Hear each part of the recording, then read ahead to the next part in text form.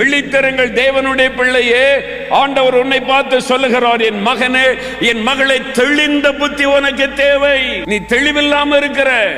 விசுவாசிதான், ரட்சிக்கப்பட்டதா, அபிஷேகம் பெற்றதா, ஆவில நிரம்பி ஜெபிக்கிற, தெளிவில்ல, நீ விழிப்பாயில்ல, தூங்கிக்கிட்டு இருக்கிற. உடைய ஆவிக்குரிய வாழ்க்கையில நீ தூங்கி கொண்டிருக்கிறாய்.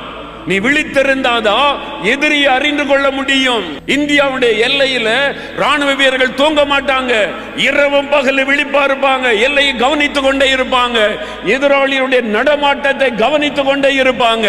தேசம் விழிப்பாக இல்லாவிட்டால், ராணுவ வீரர்கள் விழிப்பாக இல்லாவிட்டால் தேசம் பாழாக்கப்பட்டு விடும். இன்னைக்கு விசுவாசிகளுடைய குடும்பங்கள் பாழாக காரணம் தேவ பிள்ளைகளுக்கு விழிப்பு கிடையாது, புத்தி கிடையாது.